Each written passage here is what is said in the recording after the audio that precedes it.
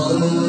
وسلم دائما أبدا على حبيبك خير الخلق كلهم مولاي صل وسلم دائما أبدا على حبيبك خير الخلق كلهم. Nourdine TV, la vision de Cheikh Souleymane Sidibé. C'est un message de paix et de quiétude sociale.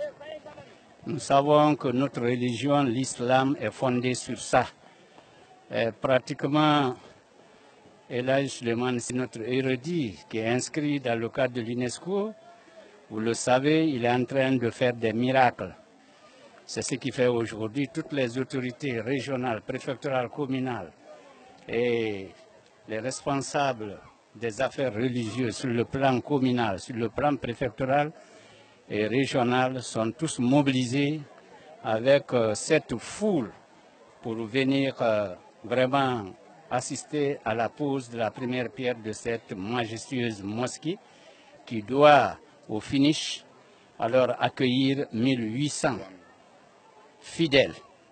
C'est vraiment formidable. Alors nous remercions le donateur, parce que ça c'est une œuvre de Dieu.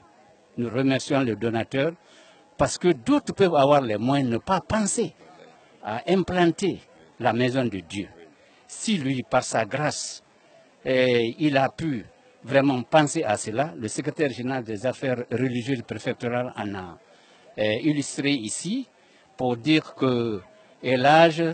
a pensé donner une maison de Dieu aux fidèles. Nous connaissons Kankan. Kankan, c'est à 99% de la religion musulmane. Alors, nous sommes moulés dans ça. Alors, nous œuvrons dans ça, nous pratiquons cela. Et si l'érudit a pensé à ça, vous avez vu la maquette. C'est une mosquée majestueuse qui va faire la fierté de Kankan. Donc, franchement, nous remercions les donateurs. On le félicite, on l'encourage à ce que cela soit terminé. Ce que nous pouvons dire, aujourd'hui, nous sommes dans une maladie qu'on appelle Covid. C'est l'occasion opportune avec ces mondes qui soient mobilisés ici aujourd'hui pour parler à nos fidèles, tous ceux qui sont ici aujourd'hui et tous ceux qui ne seront pas là ici, pour leur dire que la maladie n'est pas achevée. L'achèvement de cette maladie, pour dire que c'est terminé dans notre pays, c'est le message fort du chef de l'État, professeur Alpha Condé,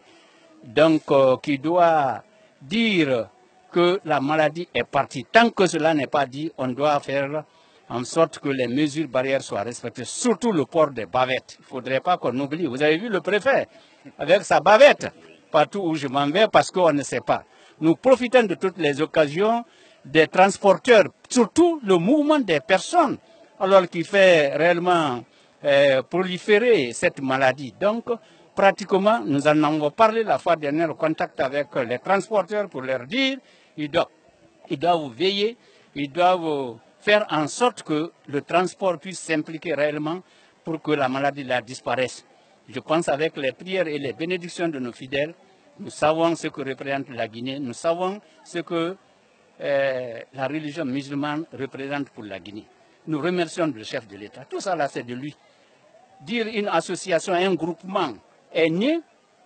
une association est née, une coopérative, une union, grâce à l'État, parce que c'est l'État qui délivre vraiment ces agréments-là. Donc, à travers cet agrément, aujourd'hui, notre islam est en train de faire ses prouesses sur le plan national et international. Nous remercions le chef de l'État, c'est ce qu'il nous commande, pour dire que les actions privées, les activités privées sont encore prépondérantes. L'État ne peut pas tout faire. Alors, il faut passer par les personnes humaines. Aujourd'hui, ça fait un plus.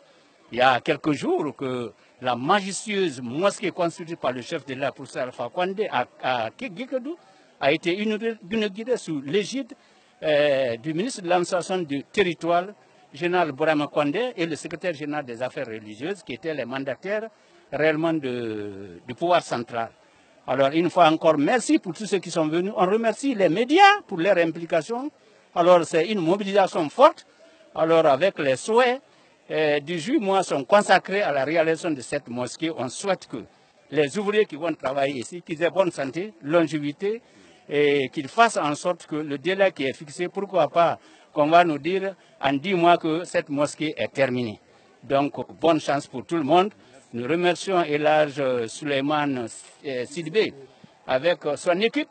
pour toutes les prouesses. Que Dieu soit loué, qu'il y ait l'entente et la paix. Là, je dis bien, l'islam, c'est la religion de paix. L'islam, c'est la religion de cohésion, d'entente. Que cela fasse en sorte que vraiment nous soyons la main dans la main dans ce pays qui soit indivisible. Merci. Allahumma salli ala al-Muhammad wa ala al-Muhammad wa sallim. Ambra tele kaira do ura kaira alama adida amma ni biya atalumba le di kankan kono Elhadj Cheikh Souleymane Sidibé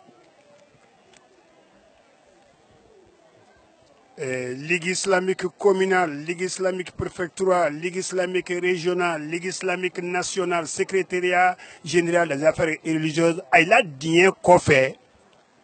Abramiria Saninta, ka bon lo ka di alama. Ba Ibrahima Misiri lola, ika lo kata ka di alalema. Bon onyon, alama alakera ko dama arjene kono. Bara membra damina bismillah anya ala ta'ala matrala ka kundu alhamdulillah ala mokeda anya yoro sume noti namfolo kasabi men keni ka yoro men san o take fosse do falako amake hotel di amake bar di amake makidi ko le ko ka bonlo ka di alama ka ala bato yan ala mono ranye ka bonin ke sababu di fana ka tembe ni kambe na sabati bata jamana nun kono ala mo keda ka la sabati slamalu beni nyonte ala mo keda fanka menye ala bolo ka dama na di ke sababu di ka bom na ban ko fanka sabati ala bolo ala mo keda abara ko baslaman ke kan ganye kono mali nte do na abedo me taka Alpha yani samurjeni aka fanka menke ko laban ka loka belaban kankan ka beyo kalama dotro somi islaman dalala ta fana ko jeni ako fana la kuda ya ako bel kala ko tala koso bina bara misri banda mina ntesa bede madana me nyek ma bawul fo pour que moli hakil dial ko aga ala le kelintrala ala tra wala ma barka di nawdo anya la utala trala a do ke la professeur Alpha Condé su an télé o do wu ko maka fo ko yuma da mala mo keda anta mo kele ne professeur Alpha Condé di am beye o makbimbi jamana mara wati shamanke mo timiri mbarasu mako ni jamana ngono o braka télé do o braka ndoro yuma di asini kene ana fanka la madilama kramo ya magena do umena do wu ala mo mina dama anya ala tarra mena lagine ka den kana wa nyeni jamana siro a to lagine du ka lagine sabati ala mo ngora anye momen ka to ala batulaya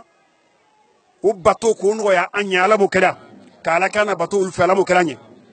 ambra sewa misiri men lo tote ayaro de foto bino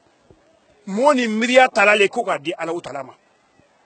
alama simaya ni kenema ya dlama kan naban an be kenanyina anya na kana tara ala karo ala mo ngora anye fen ki la barabla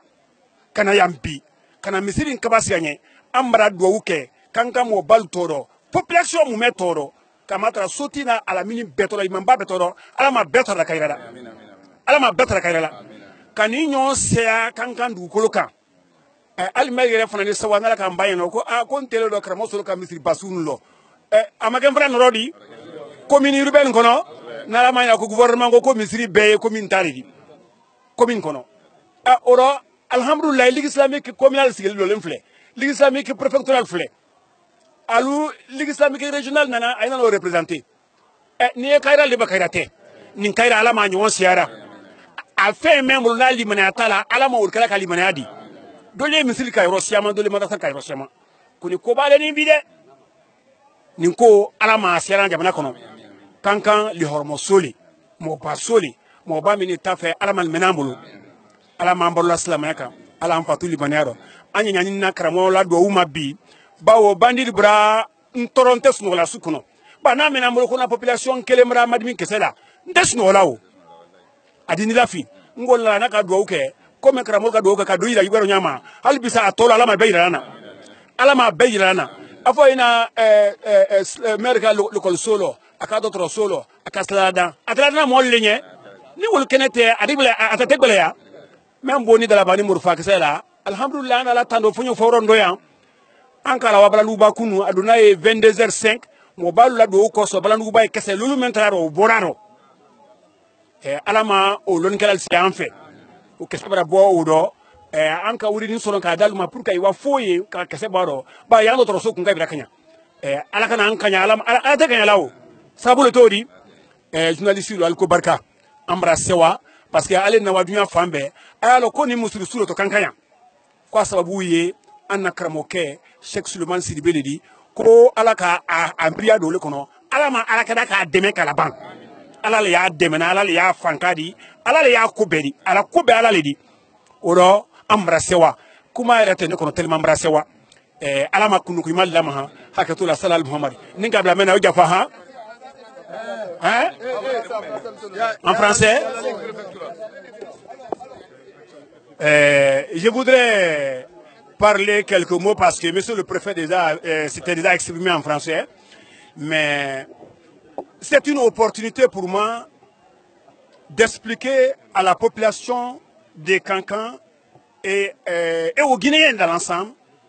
les anciennes réalisations que Karamo Solo a déjà fait pour la population de Cancan. Vous savez, le lycée Alpha et Samori était calciné à un moment donné. Je ne vais pas rentrer les causes qui ont entraîné cela. Mais il a investi près de 2 milliards dans ça pour la rénovation de ces deux lycées. Encore, centre de santé de Salamani. Ça a été fait par un coup de circuit. Il a investi des millions et des millions pour mettre ça à la développement de la production. Aujourd'hui encore, il a pris l'initiative de réaliser une telle mosquée, une mosquée de telle envergure, pour la personne Kanka. Il faudrait qu'on le remercie pour ces gens d'actes. Que ces actes-là se multiplient à Kankan, en République de Guinée, pour accompagner ton Excellence, Monsieur le Président de la République, professeur Alpha Condé, pour l'émergence de la République de Guinée. Il est le choix des Guinéens. Parce que c'est ce que nous disons à la communauté nationale et internationale, que nous voulons travailler avec tout le monde, mais que chacun essaye de respecter la Guinée dans son choix. On a choisi l'excellence parce qu'on a fait plusieurs années, ça ne marchait pas. Maintenant, depuis 2010, la Guinée est en train d'aller vers l'avant. Et nous voulons que l'émergence là soit réalisée par lui. Voilà l'une des preuves qu'un citoyen guinéen,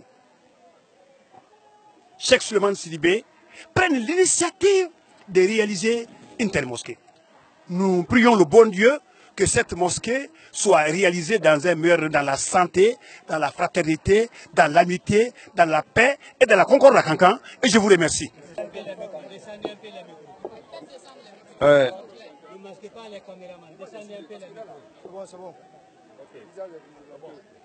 اللهم صل على محمد وعلى آل محمد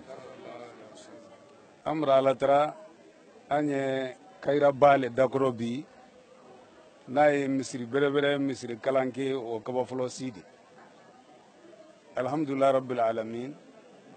وكي كان كنو يان كان مثال لدي دينا كودور لجنة كنو ويكون يرين كودا لدي كان أفراني jamiya men fanana jamiya wala bara folo temendi dina demen ko dakuno albara baran masiya mankeya ma hadlu yalbolo madrasa lubra albolo albara madrasa dolu fana renouveler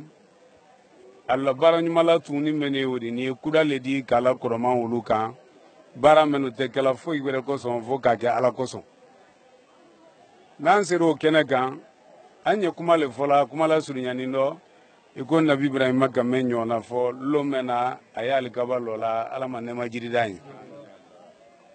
nabi ibrahim ay ala kanintele mais nabi ibrahim ala bara nin dakuno aka mun fo ala nye ako allahumma taqabbal minna innaka anta samiul alim kum mari ala nye bara men da koroni nda gela fo iro fo jonya ila ala le sawo yijire do jani mbiri madia ye bara ni mina anna aka wole yira ka alala ni kaba folo brasi am fana wole nyon fola jani ala ye diya ka bara ni mina karmoni akomolla ala mo kera bani ala ka mina la nin kilim be di muwari jina dun kunyabo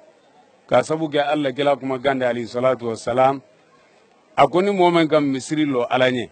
ko hal na kera kono nyanyo ne di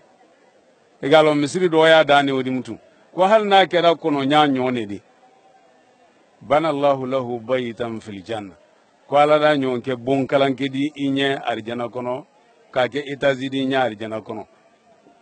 uma amra ala tara ka bonni ga arjana bondi kramoni akomo bela deninye ala mo keda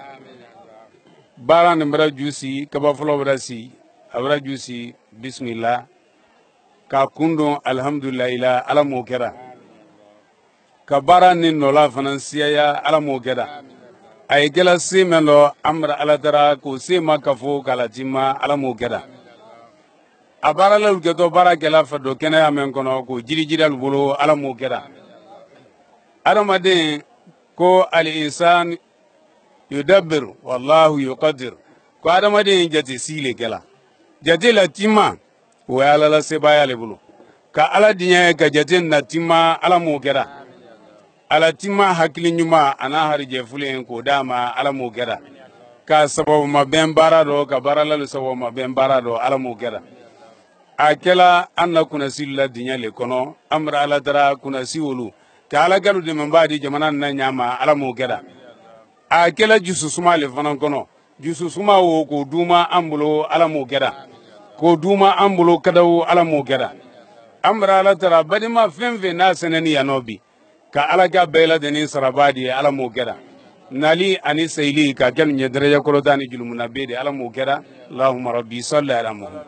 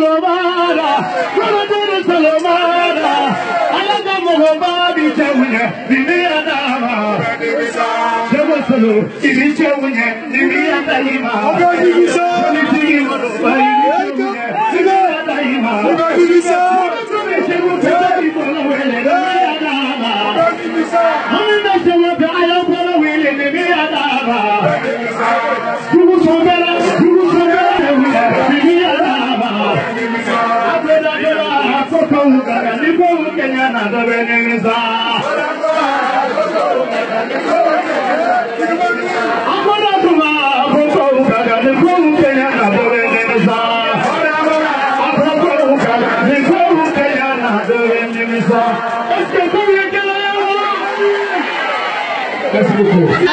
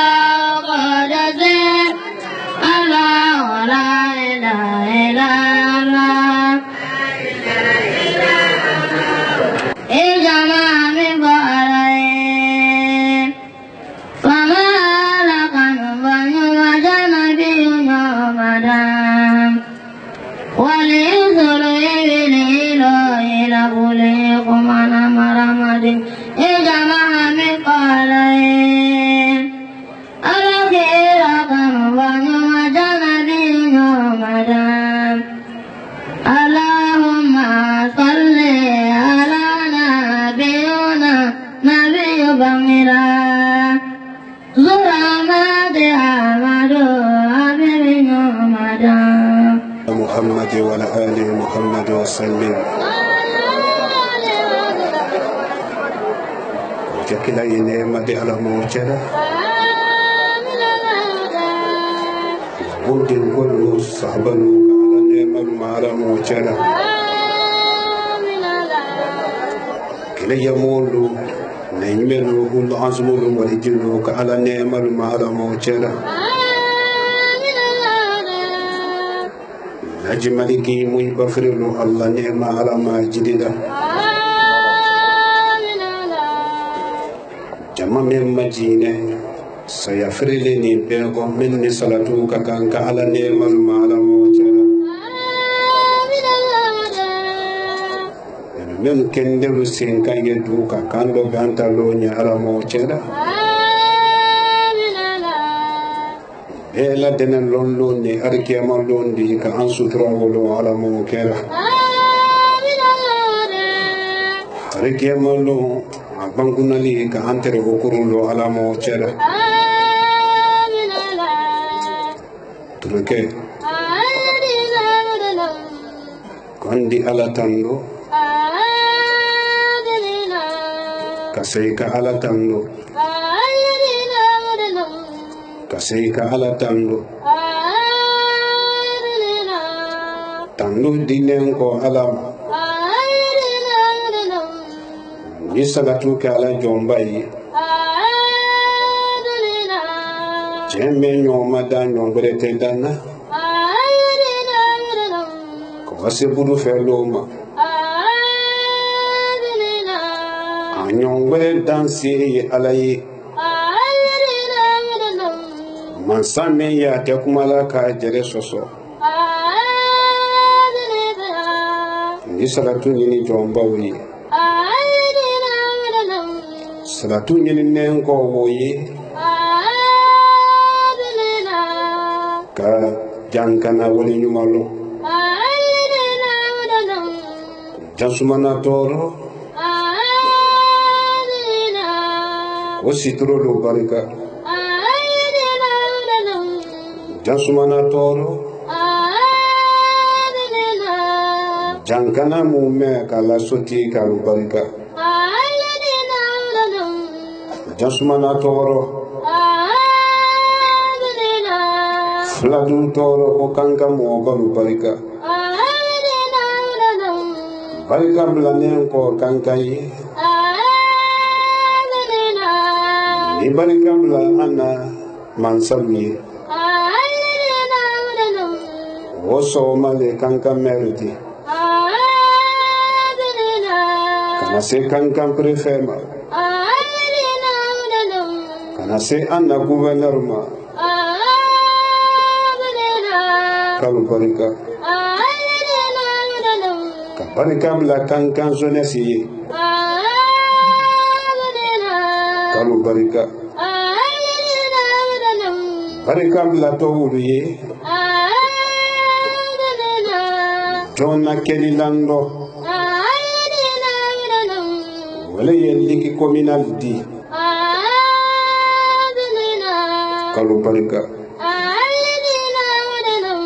nalmu ustaz Hassan Kabadi kalu barika barika bla dontoro wala yeliki prefectural di ustaz Musa Kamara molu kame ma ko barem kalu barika bela dene ni lane wuluka am bela dene ye jontoro yambi wala yaji bankali kabadi ala bolo ala manu kula kalu barika barika ube blanen ko karanya fula yembolo nyewole la sela kaman salu bla woliyewa nye jamato ta nyafalu ye ka wulu fenen bla tureke ile imajisa journaliste lu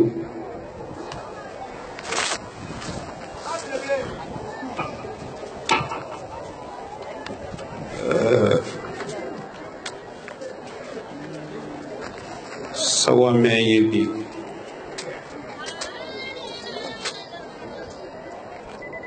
ala kele ka danlo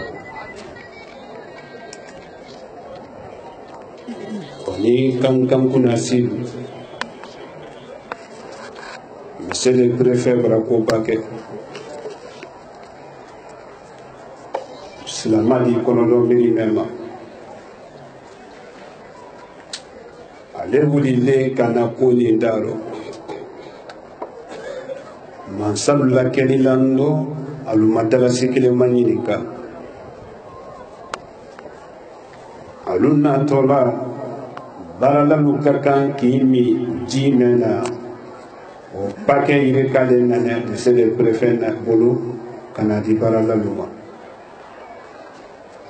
kalo barika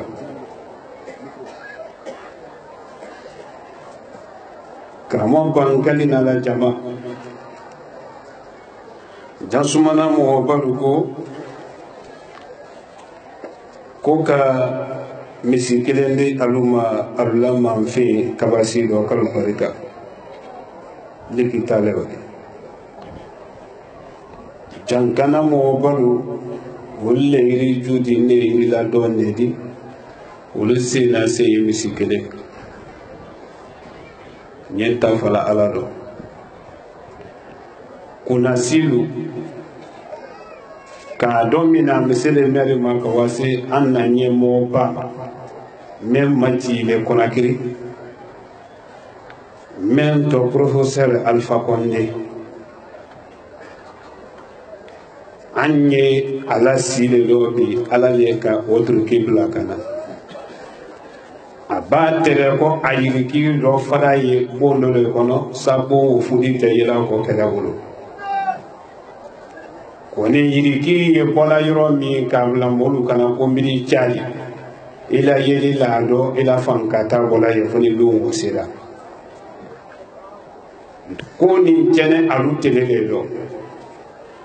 alu ye karamɔgɔ sɔrɔ la histoire ma filɛ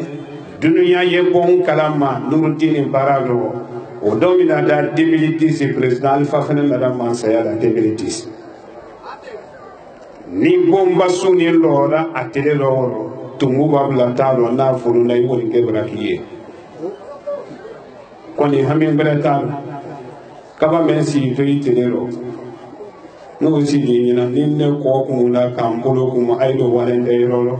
ninga ngulu ma ko wan lai je ro abulo jima ta itali onga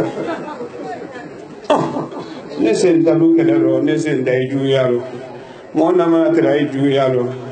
ya ila dia yen la le man fe songo ko ba bele yi way ma pori ayo ko ke nada o le kausa a ko do du ya ne te wodo oro la sidi men keto Conakry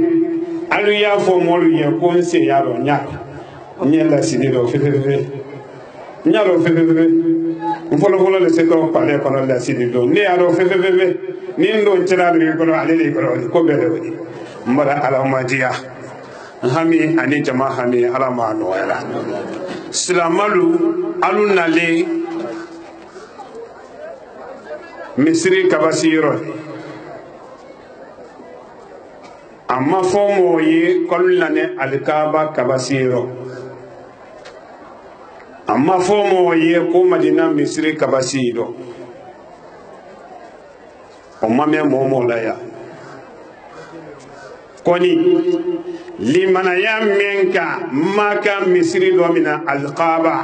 limanaya menka madina misiri domina kase bima neymela misiri sallallahu alayhi wa sallam wolli manaya kungudun dole labene ala bolo bate kono wolli manaya kungudu men bene bate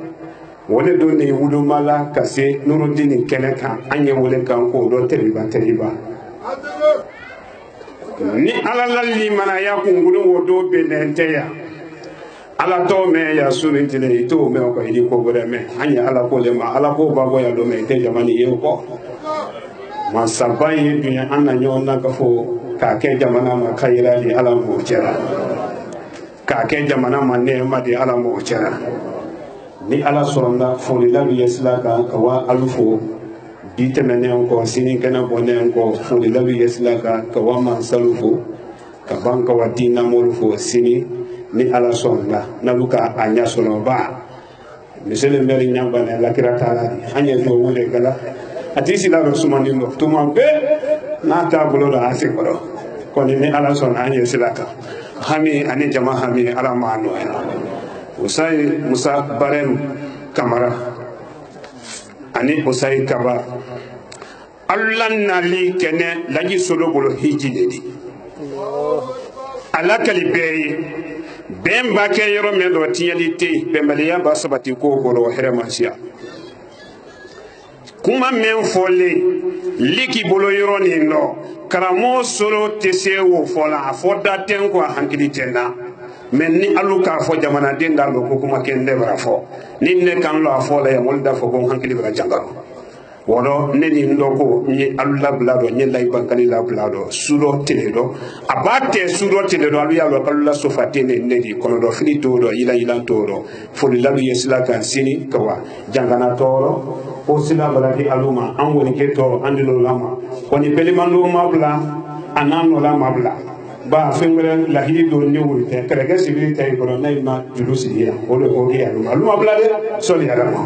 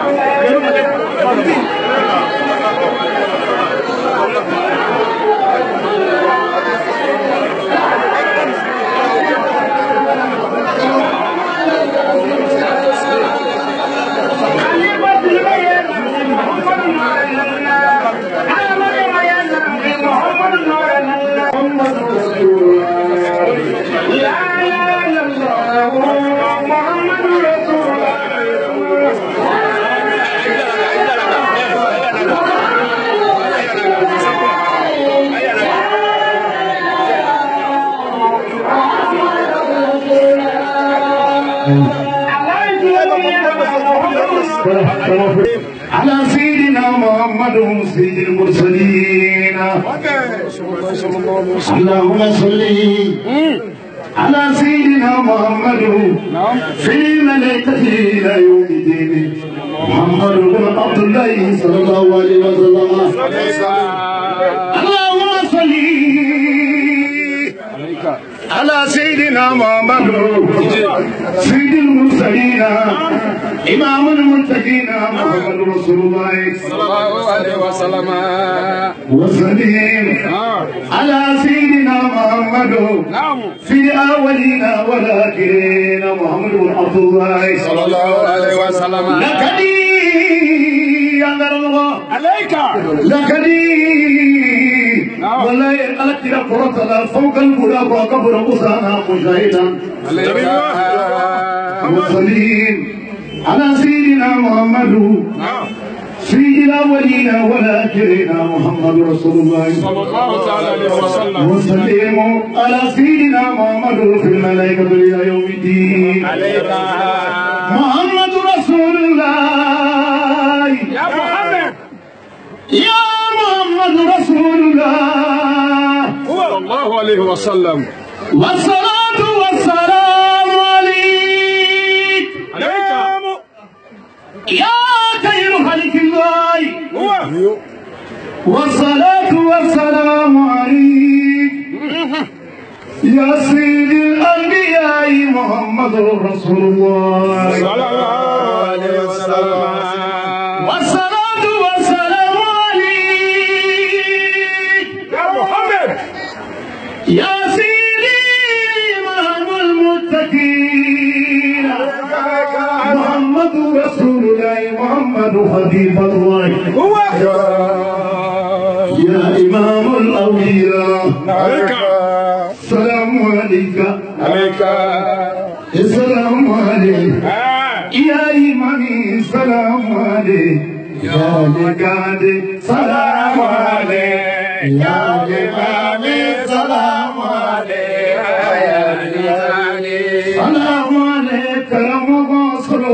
سلام عليك يا لقادي سلام عليك دين وابا سلام عليك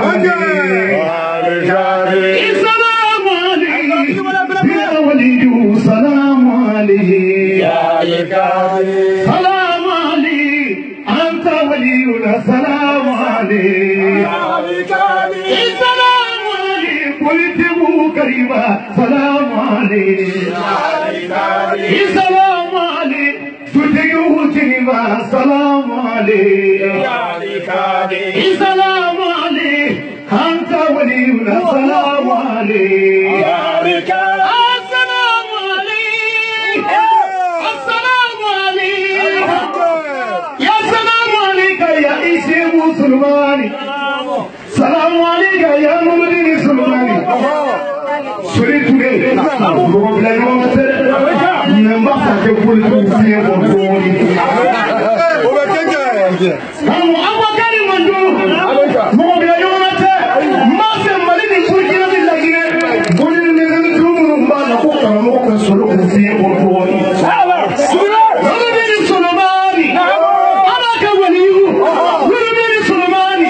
أنا كبريبياني ولبني سلماني أنا كالنيري ولبني سلماني أنا مريم كالنيري ولبني سلماني أنا دياتيه أنا دياتيه أنا ديباتي أنا ديباتي ولبني سلماني أيوة ولبني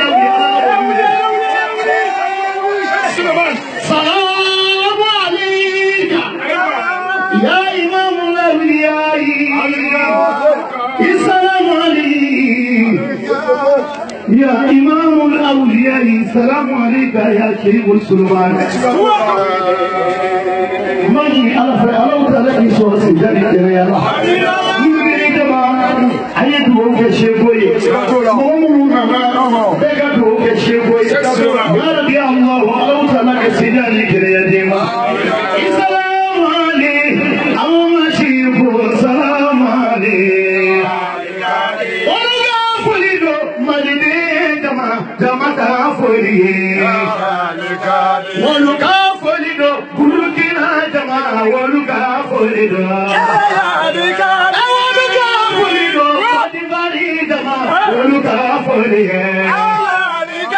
ولغا فليدو سنغالي جما ولغا فلي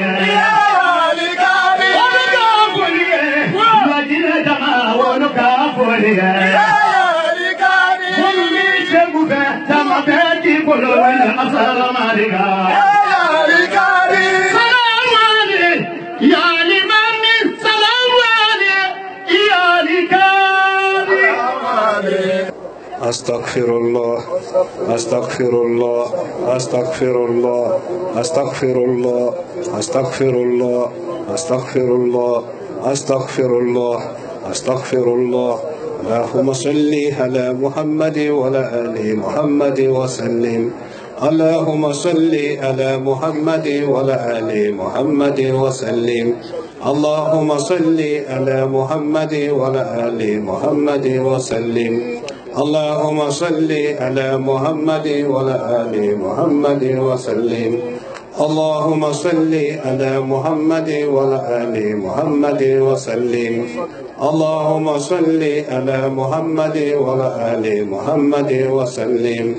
اللهم صل على محمد وعلى آل محمد وسلم اللهم صل على محمد وعلى آل محمد وسلم سبحان الله والحمد لله ولا إله إلا الله والله أكبر ولا حول ولا قوة إلا بالله العلي العظيم سبحان الله والحمد لله ولا إله إلا الله والله أكبر ولا حول ولا قوة إلا بالله العلي العظيم سبحان الله والحمد لله ولا إله إلا الله والله أكبر ولا حول ولا قوة إلا بالله العلي العظيم سبحان الله والحمد لله ولا إله إلا الله والله أكبر ولا حول ولا قوة إلا بالله العلي العظيم سبحان الله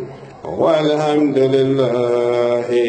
ولا إله إلا الله والله أكبر ولا حول ولا قوة إلا بالله العلي العظيم سبحان الله والحمد لله ولا إله إلا الله والله أكبر ولا حول ولا قوة إلا بالله العلي العظيم سبحان الله والحمد لله ولا إله إلا الله والله أكبر ولا حول ولا قوة إلا بالله العلي العظيم سبحان الله والحمد لله ولا إله إلا الله والله أكبر ولا حول ولا قوة إلا بالله العلي العظيم يا حي يا قيوم يا الله يا حي يا قيوم يا الله يا حي يا قيوم يا الله يا حي يا قيوم يا الله يا حي يا قيوم يا الله يا حي يا قيوم يا الله يا حي يا قيوم يا الله يا حي يا قيوم يا الله الحمد لله رب العالمين الحمد لله رب العالمين الحمد لله رب العالمين الحمد لله رب العالمين الحمد لله رب العالمين الحمد لله رب العالمين الحمد لله رب العالمين الحمد لله رب العالمين الله أكبر الله أكبر الله أكبر الله أكبر الله أكبر الله أكبر الله أكبر الله أكبر لا إله إلا الله محمد رسول الله صلى الله عليه وسلم لا إله إلا الله محمد رسول الله صلى الله عليه وسلم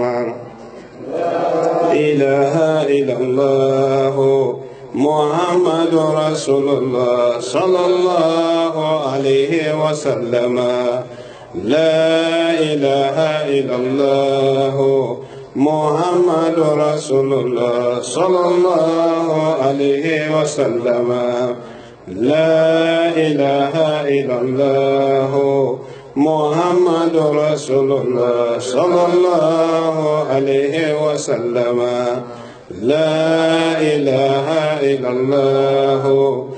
محمد رسول الله صلى الله عليه وسلم لا إله إلا الله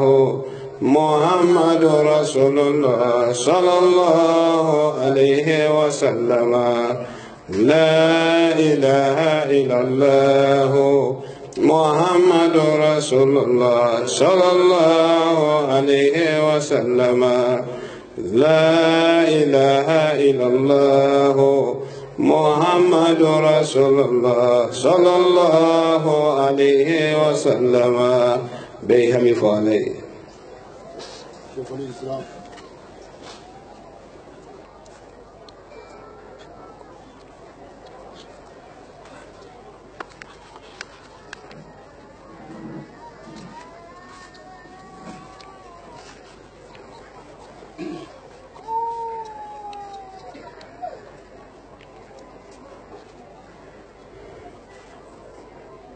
اللهم صل على سيدنا محمد الفاتح لما أغلق والخاتم لما سبق ناصر الحق بالحق والهادي إلى صراطك المستقيم وعلى آله حق قدره ومقداره العظيم بيسي